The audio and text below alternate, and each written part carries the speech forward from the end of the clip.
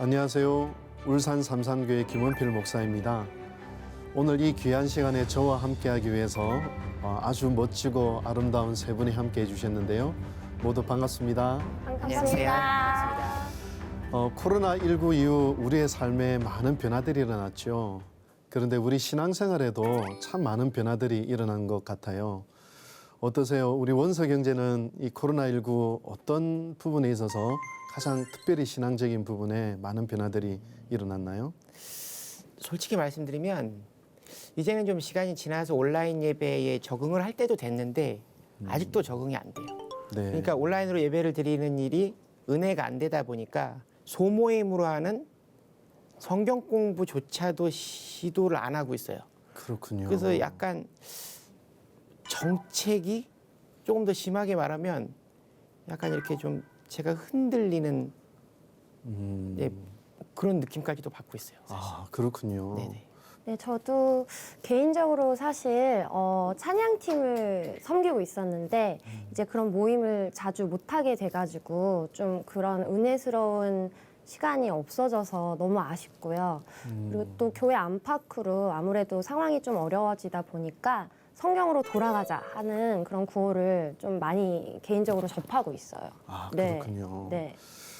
이게 두 분의 고민이 어쩌면 한국교회 많은 성도님들이 가지고 있는 고민 같아요. 세상을 깨우는 말씀 훈민복음을 통해서 바라기는 한국교회 많은 성도님들의 신앙을 다시 바로잡고 다시 그 신앙의 열정을 회복할 수 있는 그런 귀한 계기가 되었으면 좋겠어요.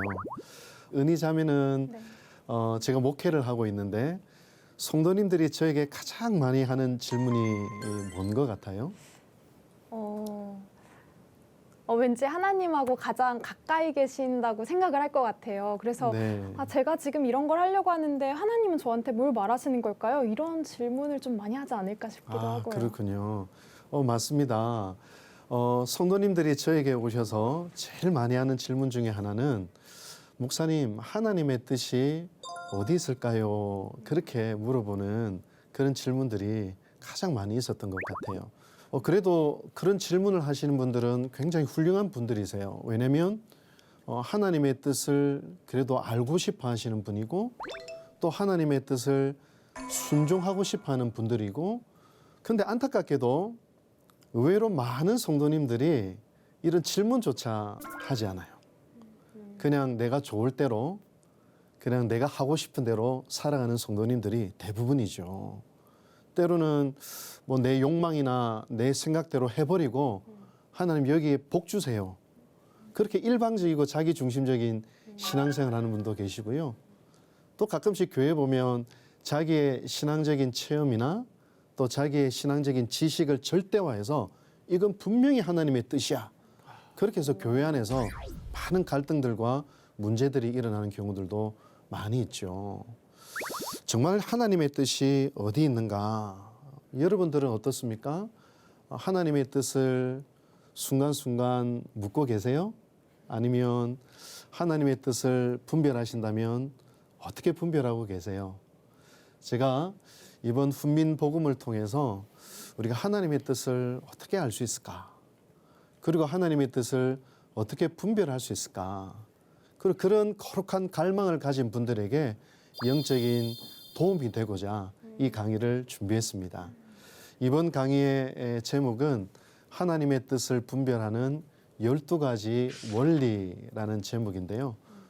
첫 번째 원리는 모든 그리스도인들은 분별해야 한다는 거예요. 기독교 초기 역사를 보면 한때 분별은 특별한 사람들이 하는 특별한 은사라고 생각되어진 적이 있었어요. 근데 성경 말씀은 뭐라고 이야기하실까?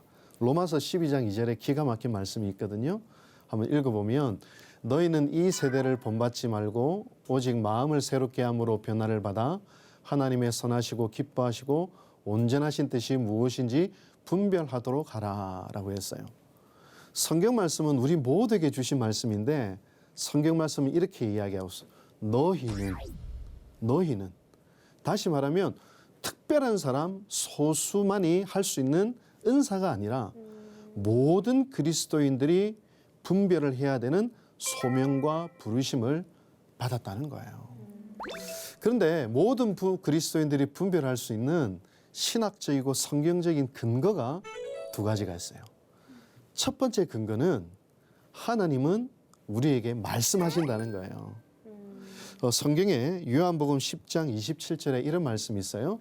내 양은 내 음성을 들으며 나는 그들을 알며 그들은 나를 따르느니라 라고 이렇게 이야기했죠. 네.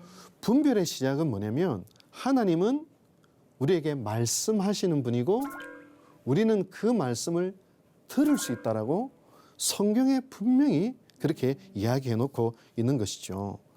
물론 하나님이 말씀하신다고 할 때 우리의 감각적인 고막을 통해서 말씀하신다는 의미는 아니겠죠.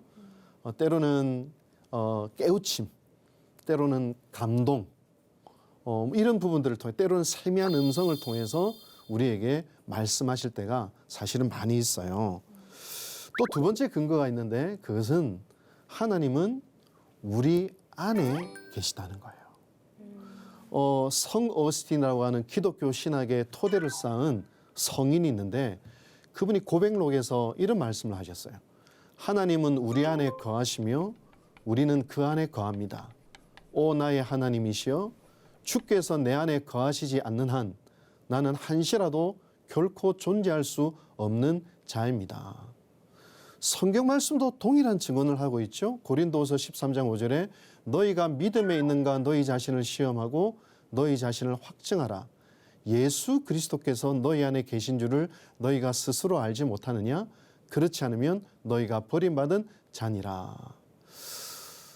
여러분 한번 우리가 예수님을 믿었을 때 우리의 경험을 한번 찬찬히 한번 돌아봅시다. 우리가 예수님을 믿을 때 예수님의 영 성령님이 우리 안에 들어오셔요. 예수님의 영 성령님이 우리 안에 들어오시면 기가 막힌 일들이 많이 발생합니다. 그 중에 하나가 믿겨지는 일이에요. 지금으로부터 2000년 전에 지구 반대편에 슬리퍼 신고 장발 청년이 하나님의 아들이란 게 이상하게 믿겨져요. 그분이 십자가에서 사지를 찢기시고 피를 흘리신 것이 내 죄 때문이라는 것이 기가 막히게 믿겨지기 시작해요. 성령님이 내 안에 들어오시면 과거에는 믿겨지지 않던 것들이 믿겨지기 시작하고 깨닫지 못하던 것들이 깨달아지기 시작하고 보이지 않는 것들이 보여지는 그런 일들이 일어나는 것이죠.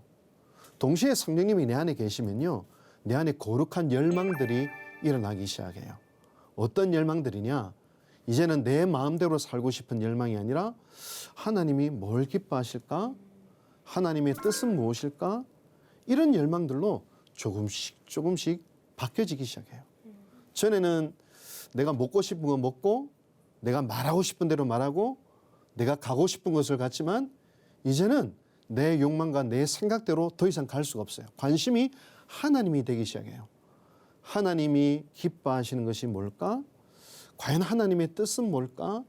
그것을 내가 이루어 드리고 싶다라고 하는 거룩한 열망들이 성령님이 내 안에 들어오시면 조금씩 가슴 속에서 일어나게 되는 것이죠. 한번 정리해 보십시다. 하나님은 우리에게 말씀하시는 분이시다.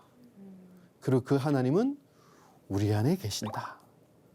그리고 하나님이 우리 안에 계실 때 하나님은 우리 안에 거룩한 열망들을 불러일으키시는데 그 열망들은 하나님의 뜻을 행하고 싶고 하나님을 기쁘시게 하고 싶다라고 하는 그 열망들이 우리 안에 일어나게 되는 것이죠. 하나님의 뜻대로 살고 싶은 그 열망 누가 주셨을까요? 하나님. 원서 경제 안에 계시는 성령님께서 주시는 것이죠. 그러므로 우리 안에 애초부터 하나님의 뜻을 분별하고 하나님의 뜻대로 살고 싶은 열망이 없다면 이거 심각한 거예요. 내 안에 정말 예수님이 계신가 안 계신가 나의 그리스도인 됨부터 의심해봐야 되는 일일지도 모르겠어요. 로마서 말씀을 보면 로마서 1장부터 11장까지는 교리에 대한 말씀이에요.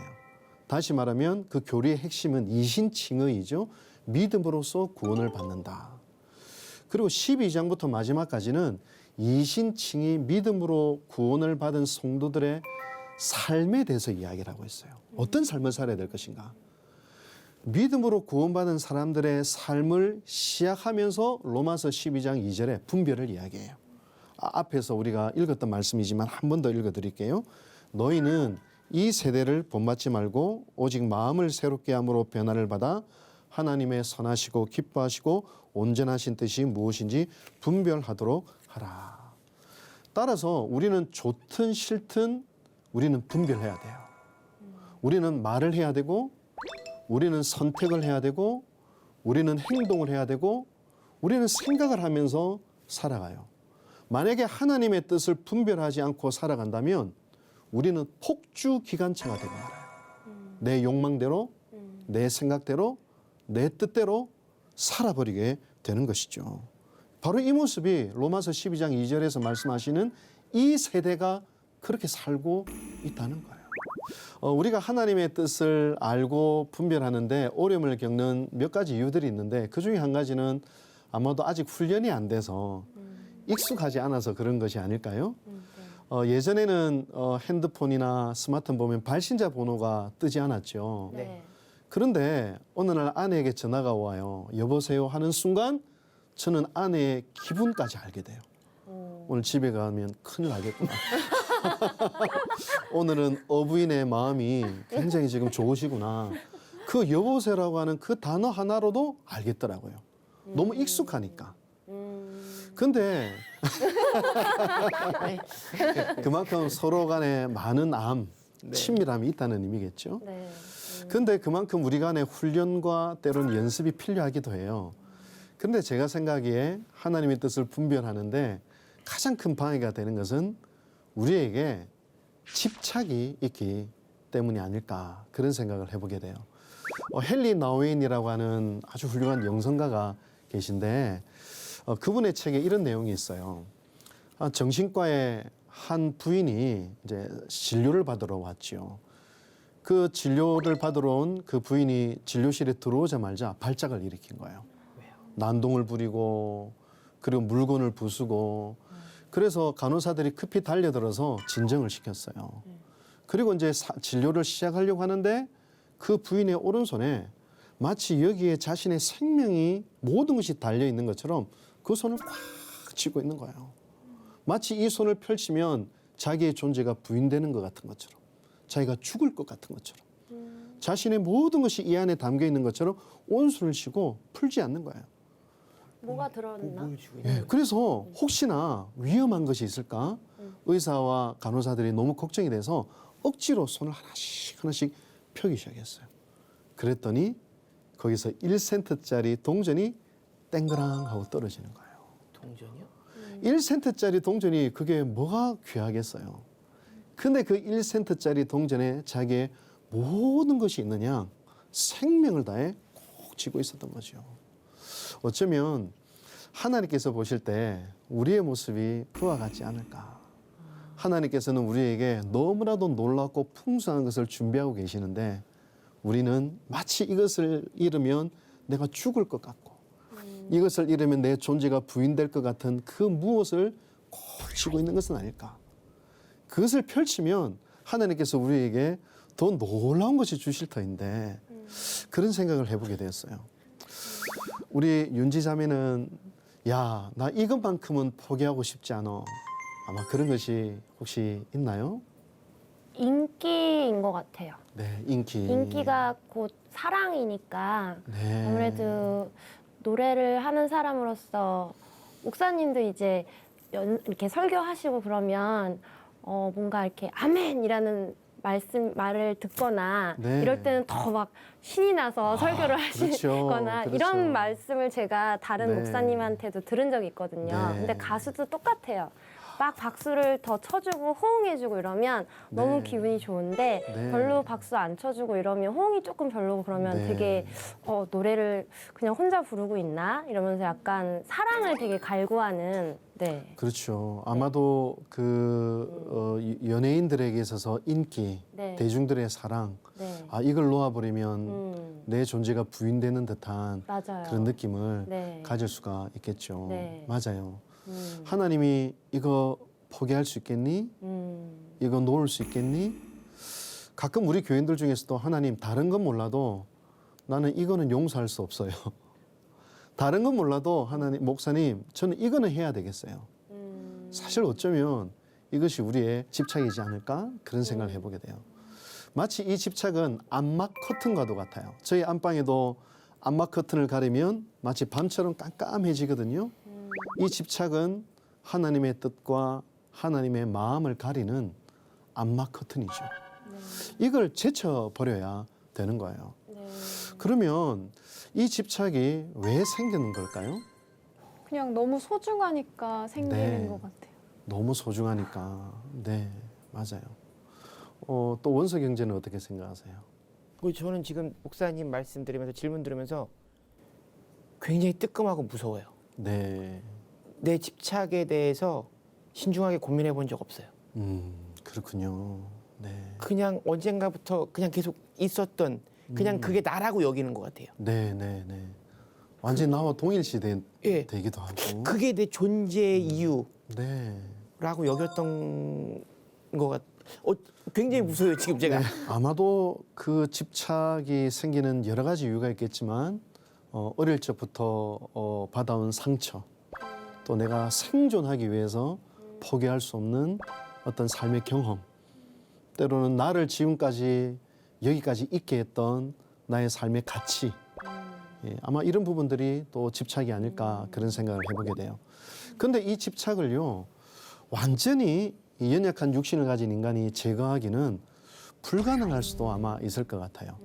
그러나 이 집착이 있다는 것을 내가 인식하고 겸손히 그 집착을 인식함과 동시에 그 집착으로부터 조금 더 자유할 수 있는 그런 방법들은 배울 수 있어요. 가령 러셀 크로우라고 하는 영화 배우가 주연한 그 뷰티풀 마인드라고 하는 영화가 있는데 혹시 보신 적 있으세요? 못 본 것 같아요. 네, 기억이 안 너무 멋진 영화예요. 아 정말요? 근데 이 러셀 크로우가 그 실제로 1994년도에 노벨상을 받은 존 내쉬라고 하는 미국의 유명한 학자의 실화를 바탕으로 만든 영화예요. 이 존 내쉬는 그 20세 때에 27페이지짜리 논문을 발표하면서 미국 학계 인력 슈퍼스타가 돼요. 그리고 최연소 또 MIT 교수가 되기도 하고 또 제2의 아인슈타인으로 불리기도 하고 당시 냉전의 시대에 소련 암호 해독 프로젝트에 혁혁한 기여를 하지요. 대박이 나는군요. 네, 인생에 있어서 정말 대박이 나는군요. 대박이 나군요. 예, 예. 근데 안타깝게도 예. 존 내시에게는 정신분열증이 있었어요. 이 존 내시에게 끊임없이 마음에 달라붙는 3명의 가상 인물들이 있었어요. 그리고 자기 마음에 달라붙어서 자기를 고통을 주고 아픔을 주는 것이죠. 그런데 존 내시가 장가를 잘 갔어요. 부인이 너무 훌륭하셨어요. 그 부인의 사랑으로 인해서 이 존 내시가 그 마음의 고통으로부터 조금씩 해방이 되고 나중에 1994년도에 노벨상을 받게 되죠. 와. 그 스톡홀름에서 노벨상 시상식을 다 마치고 계단에서 내려오는데 그 가상의 인물 3명이 딱 바라보고 지키고 있는 거예요. 네, 마음에 들러붙어 있는 그 가상의 인물들이. 너하고 나하고 지금까지 살아온 세월이 얼만데 너 나 없이 살 수 있겠어? 아니야, 못 살아. 그 동시에 그 반대편에서는 사랑하는 아내가 존 내시를 부르는 거죠. 근데 존 내시가 선택을 해야 돼요. 내가 이 가상의 인물들을 따라갈 것인가 아니면 아내를 따라갈 것인가. 순간 존 내시가 결정을 하죠. 너희들은 나에게 영향을 줄 수 없어 하면서 아내를 따라가는 것으로 그 영화가 멋지게 맞춰요. 우리에게 집착이 있을 수 있어요. 네. 우리의 마음에 들러붙어 있는 때로는 내 안에 있는 그런 아픔들, 때로는 상처들이 있을 수 있어요. 겸손히 그것을 인식하되 그 집착이 나에게 발동하는 순간 아, 나에게 집착이 발동하는구나를 인식하고 하나님을 바라보고 하나님을 선택하며 나아갈 수는 있겠죠. 여러분들은 무엇에 집착하고 있으신가요? 주님께서 너 이거 버릴 수 있겠니? 이거 잠깐 내려놓을 수 있겠니? 네 손을 펼칠 수 있겠니? 펼치면 너무나도 풍성하고 아름다운 것들이 기다리고 있단다. 주님은 말씀하고 계세요. 그리고 집착을 내려놓는 바로 그 순간 하나님의 뜻은 아주 선명하고도 생명력 넘치는 아침 햇살처럼 우리에게 다가오게 될 것이에요. 목사님 말씀을 듣고요. 한 대 얻어맞은 것 같습니다. 네. 그 지금까지 저를 이렇게 비추어 보면 뭔가를 여쭈어보기 이전에 제가 뭔가를 결정하고 가서 하나님께 이렇게 해주세요라고 했거든요. 네. 그 자체가 집착이 될 수 있는 거잖아요. 네. 그리고 그 집착을 통해서 제가 하나님의 뜻을 보지 못했다는 일강만으로 이 첫 번째 강의만으로 이렇게 뭔가 이렇게 좀 안개가 거치는 듯한 느낌이 확 들었어요. 네. 너무 감동입니다. 아, 보람이 됩니다. 저는 제 집착이 뭘까 좀 생각을 해봤는데 네. 그 짧은 시간에 저는 부모님의 건강이란 생각을 좀 했거든요. 그렇군요. 그러니까 엄마 아빠가 많이 아프신 건 아니지만 제가 네. 결혼을 하고 나니까 부모님이 갑자기 이렇게 아프신 적이 있었는데 그런 모습을 보면서 아, 나 부모님과 뭐 이렇게 같이 여행도 가고 싶고 네. 아이 손주도 보게 하고 싶고 이런데 네. 이런 거를 못 하게 되면 어떡하지 하는 네. 그런 마음이 되게 힘들었는데 네. 아, 이것 또한 나의 집착이 될 수 있겠구나. 근데 네. 참 쉽지 않다라는 네, 생각을 했어요. 네. 그러나 그 부모님을 더 사랑하시는 하나님의 선한 계획이 분명히 있겠죠. 그걸 잠깐 내려놓는 순간 하나님이 얼마나 부모님을 사랑하시는지도 아시게 될 거예요. 네, 오늘은 1강, 2강 여기서 마치도록 하겠고요. 오늘 들으신 말씀으로 세상을 깨우고 살아가시는 여러분 되기를 소원합니다. 고맙습니다. 감사합니다.